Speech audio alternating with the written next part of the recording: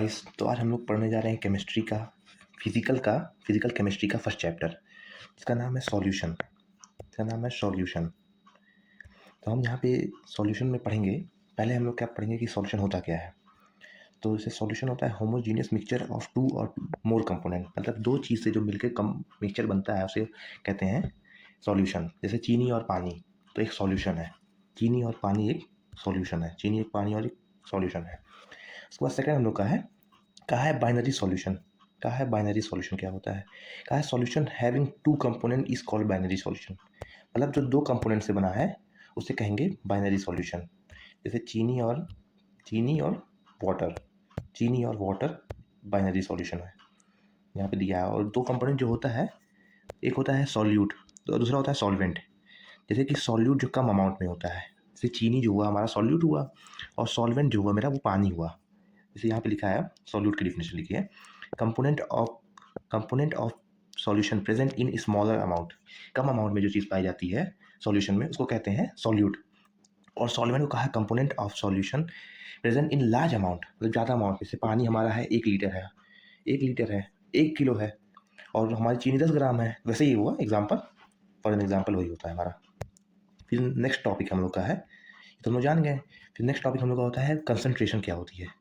Concentration होती है, पहली होती मास परसेंटेज। कहा है परसेंटेज ऑफ सॉल्यूट क्या होगा, मतलब कहा है कि परसेंटेज ऑफ सॉल्यूट क्या हुआ।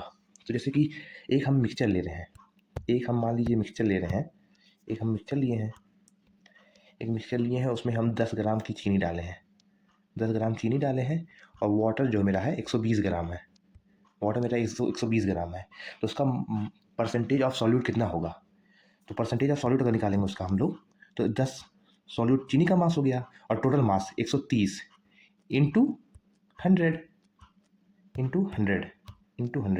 देखिए फॉर्मूला लिखा है, कहा है कि mass of solute upon mass of solution into hundred का है, ये होगा। फिर हम लोग का कहा है पार्ट पर मिलियन, मतलब उसी को सेम है। कहा अगर मान लीजिए दो कंपाउंड ले लें हम, एक उसमें बास्केट में हम दो कंपाउंड, एक को ले लें ए बी है मेरा, तो एक अगर हम निकालेंगे तो फॉर्मूला सेम है। देखिए बस उसमें यह है कि देखिए कहा है कि mass of component of A upon mass of solution into 10⁶ million है ना, तो ये पार्ट पर मिलियन का भी फॉर्मूला वैसा ही होता है। फिर नेक्स्ट टॉपिक हम लोग का मोलैरिटी है। कहा है number of solute present in 1 litre of solution. तो मोलैरिटी सबको पता है, कितने नंबर ऑफ सॉल्यूट प्रेजेंट हैं एक उसमें लीटर के सॉल्यूशन में। मतलब 1 लीटर चीनी, एक क्या कहते हैं 1 लीटर पानी में कितना चीनी प्रेजेंट है, उसको कहेंगे हम लोग मोलैरिटी होती है हमारी, जिसको हम डिनोट करते हैं कैपिटल एम से, और उसका क्या कहते हैं अगर हम लीटर में लिखेंगे तो इसे देखिए यहाँ पर लिखा है फॉर्मूला। कहा है कि 1 लीटर सॉल्यूशन में कितना मोल प्रेजेंट है, कितना सॉल्यूट का मोल जो है वो प्रेजेंट है, उसको कहेंगे हम लोग मोलैरिटी। और उसको हम अगर क्या कहते हैं वॉल्यूम को अगर हम ml में लेंगे तो ऊपर 1/1000 से डिवाइड करेंगे तो 1000 मेरा ऊपर आ जाएगा। तो सॉल्यूशन मेरा फॉर्मूला आएगा mole of solute into 1000 upon volume of solution in ml। और अगर हम इसकी क्या कहते हैं यूनिट निकालने जाए तो यूनिट हमारी कहा है कि मोल होती है मोल अपॉन लीटर है ना, तो इसकी हम सीधा लिख सकते हैं मोल लीटर लिख देंगे। और इसको हम इसे भी लिख सकते हैं मोल एल इनवर्स, ये भी लिख सकते हैं इसको। और कहा है कि मोलैरिटी जो हमारी है, मोलैरिटी हमारी डिपेंड करती है टेम्परेचर पे। मोलैरिटी हमारी डिपेंड करती है टेम्परेचर पे।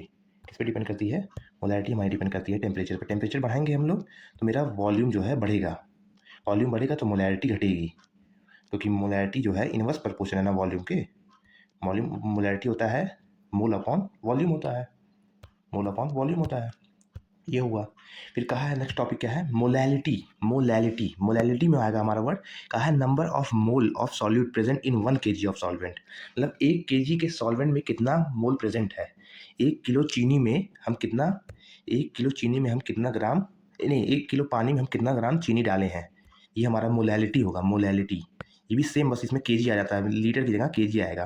कहा है mole of solute upon mass of solvent, solvent का मास, सॉल्वेंट का मास। और सेम अगर उसमें लिखेंगे, क्या कहते हैं, मास को केजी में लिया है, और अगर ग्राम में लेगा तो 1/1000 करेंगे तो ऊपर 1000 मेरा आ जाएगा, ऊपर मेरा 1000 आ जाएगा। सेम है, सेम फॉर्मूला है, सेम मिलता जुलता है। मतलब क्या, उसमें मोलैरिटी में मेरा वॉल्यूम आया था, मोलैरिटी में मेरा वॉल्यूम आया था, और मोलैलिटी में मेरा मास आएगा, मेरा मास आएगा। फिर नेक्स्ट टॉपिक हम लोग का है मोल फ्रैक्शन।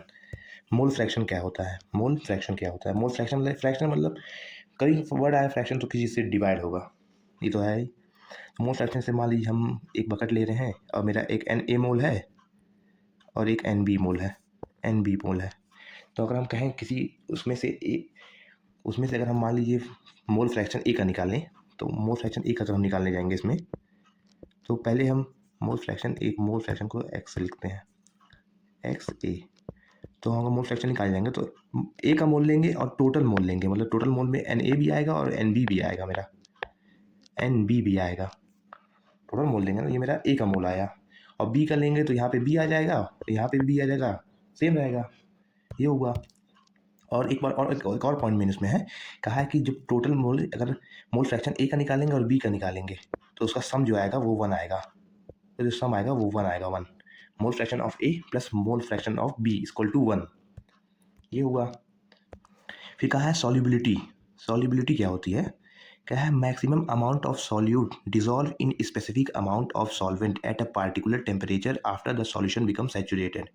कहा है कि मतलब सैचुरेशन कंडीशन लाना है, तो मेरा सैचुरेशन कंडीशन पे हमको टेम्परेचर 25 डिग्री ले लेंगे, 25 डिग्री अगर हम टेम्परेचर ले लेंगे, और प्रेशर अगर 1 बार ले लेंगे, तो मेरा जो सॉल्यूशन आएगा, और पानी मेरा 1 kg लेंगे, तो वो एकदम सैचुरेशन कंडीशन रहेगी, मतलब एकदम बेस्ट कंडीशन रहेगी किसी किसी सॉल्यूशन को बनाने में, तो एकदम बेस्ट कंडीशन रहेगी, उसी को कहते हैं सॉल्युबिलिटी। उसको कंडीशन को लाने में maximum amount of solute dissolve in specific amount of solvent, मतलब पूरा अच्छे से मिल जाएगा उसमें, मान चीनी पानी मिला है तो पूरा अच्छे से मिल जाए, और 1 किलो चीनी और टेम्परेचर 25 डिग्री सेल्सियस दे दिया है, और प्रेशर भी एक बार ले लिया गया, तो स्पेसिफिक कंडीशन हो जाएगी, तो वो क्या कहते हैं, सॉल्यूशन जो है मेरा सैचुरेटेड हो जाएगा। और सैचुरेटेड क्या होता है? सैचुरेटेड होता क्या है? सैचुरेटेड मतलब pollution in which no more solute can be dissolve at the same temperature and pressure.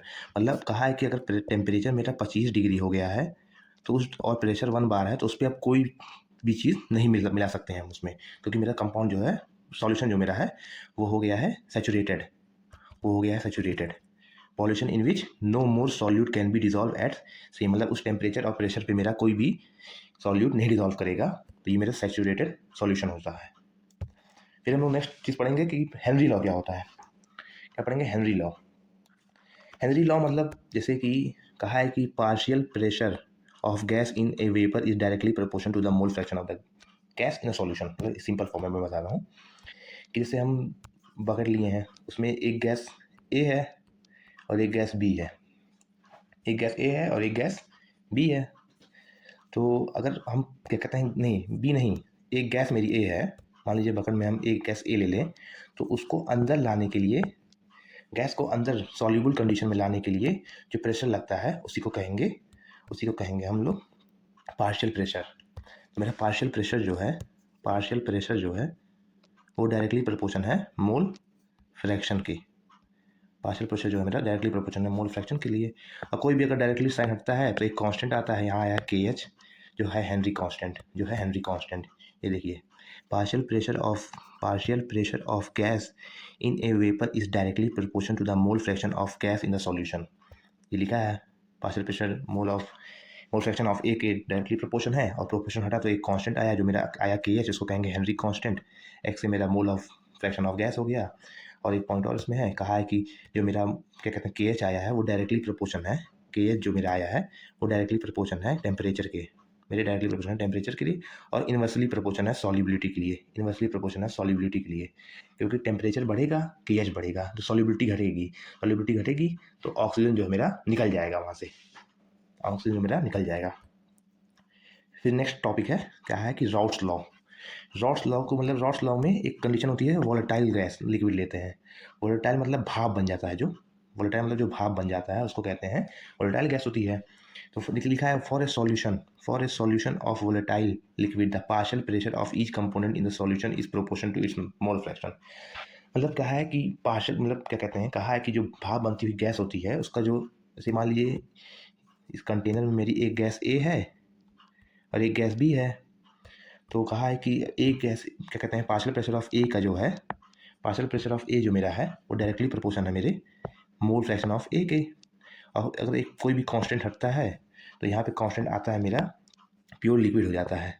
यहाँ पे पी ए अगर मेरा हम लिखने जाएँ, पी ए अगर हम लिखने जाएँ सही से, पी ए अगर हम लिखें अगर यहाँ पे, तो मेरा पी ए अगर हटा तो इक्वल के बाद जब प्रोपोर्शनली साइन हटता है तो मेरा एक कांस्टेंट आता है, तो यहाँ आएगा पी नॉट ए, और एक्स ए तो मेरा है ही ना, पी नॉट ए जो आया है मेरा ये प्योर लिक्विड है, ये प्योर लिक्विड है, ये प्योर लिक्विड है, ये प्योर लिक्विड आया है। देखिए अब यहाँ पे है मेरा आया पहले पी ए गैस का पी वन लिए हैं और प्रोपोर्शन साइन हटा है तो पी ए नॉट आया है, पी वन नॉट आया है, यहाँ पे पी टू नॉट आया और टोटल इसका होता है P total equal to P one plus P two plus P two होता है, ये पी टू हो गया। तो कन्वर्ट पूरा टोटल लिखेंगे तो आएगा P total equal to P one not X one plus P two not X two, मतलब वही टोटल प्रेशर ऐसे मोल फ्रैक्शन का था, X A plus X B equal to one था, सेम उसी टाइप उसी से डिराइव किया गया इसको। अब मेरा ये हुआ रॉल्स लॉ खत्म हो गया, रॉल्स लॉ मेरा खत्म हो गया, रॉल्स लॉ। नेक्स्ट टॉपिक है मेरा आइडियल सॉल्यूशन। आइडियल सॉल्यूशन क्या है? आइडियल सॉल्यूशन में ये होता है कि रॉल्स लॉ को फॉलो नहीं करता है। पहला पॉइंट है कि ये रॉल्स लॉ को फॉलो करता है, मतलब follow ideal solution Rawls law को फॉलो करता है, नॉन आइडियल नहीं फॉलो करता है रॉल्स लॉ को। और उसमें कहा है कि interaction of A is equal to interaction of B B, मतलब कोई गैस अगर है, मतलब पानी पानी के बराबर, पानी पानी अगर है तो उसके बीच में एक बराबर का वो लगेगा इंटरेक्शन होगा, और चीनी चीनी उसके बीच में बराबर का लगेगा। तो यही कहा है कि interaction is equal to B B, A का इंटरेक्शन और बी बी का बराबर होता है इसमें। फिर कहा है इसमें डेल्टा मिक्सचर मतलब वॉल्यूम मिक्सचर, जो मिक्सचर वॉल्यूम आया मेरा, चेन वॉल्यूम मेरा जीरो होगा, चेन वॉल्यूम जो है मेरा यहाँ जीरो होगा, और डेल्टा एच जो इंथाल्पी होगी वो भी जीरो होगी, एंथैल्पी जो इंथाल्पी आएगी मेरी वो भी जीरो होगी। इसका एग्जाम्पल कई होते हैं, यहाँ पे मैं बता दे रहा हूँ कि एग्जाम्पल जैसे कि एन हेक्सेन और एन हेप्टेन याद कर लीजिए। इसका जो ग्राफ आता है आइडियल गैस का जो ग्राफ आता है मेरा, जैसे यहाँ जीरो से 1 तक बढ़ रहा है मेरा, जीरो से 1 यहाँ बढ़ रहा है, तो मेरा अगर इसको हम पी ए मान लें हम, तो P A not X A हो जाएगा और ये P B not X B not होगा, और ये टोटल मेरा आएगा, ये मेरा टोटल आ रहा है, ये मेरा टोटल आ रहा है, ये मेरा था आइडियल का ग्राफ है। जीरो से 1 बढ़ रहा है तो पी ए मेरा बढ़ रहा है, पी बी घट रहा है यहाँ पे। फिर मेरा है नेक्स्ट है नॉन, ये मेरा नेक्स्ट है नॉन आइडियल सॉल्यूशन जो है मेरा।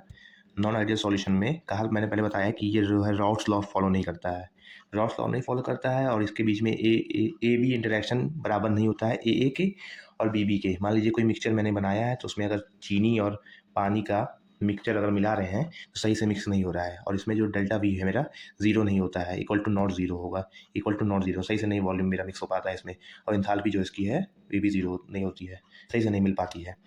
फिर कहा है कि क्या कहते हैं, फिर नॉन आइडियल में होता है कि पॉजिटिव डेविएशन होता है और एक निगेटिव डेविएशन होता है, एक पॉजिटिव डेविएशन होता है, एक निगेटिव डेविएशन होता है। तो पॉजिटिव डेविएशन में क्या होता है कि वोलेटाइल प्रेशर जो है, volatile pressure is higher than Raoult's law, तो वोलेटाइल प्रेशर इसमें हाई रहता है और ए बी इंटरेक्शन इसमें वीकर रहता है than A and B B, इसमें डेल्टा एच मिक्सचर जो मेरा है वो पॉजिटिव आता है, और डेल्टा एच वी मिक्सचर जो है वो भी पॉजिटिव आता है, वो भी मेरा पॉजिटिव आता है, इंथैल्पी भी और दोनों मेरी पॉजिटिव आती है। और ये एंडोथर्मिक प्रोसेस होता है, और इसके अंदर क्या कहते हैं बॉइलिंग पॉइंट के अंदर इंक्रीज करता है, फिर क्या कहते हैं निगेटिव डेविएशन में जस्ट अपोजिट होता है।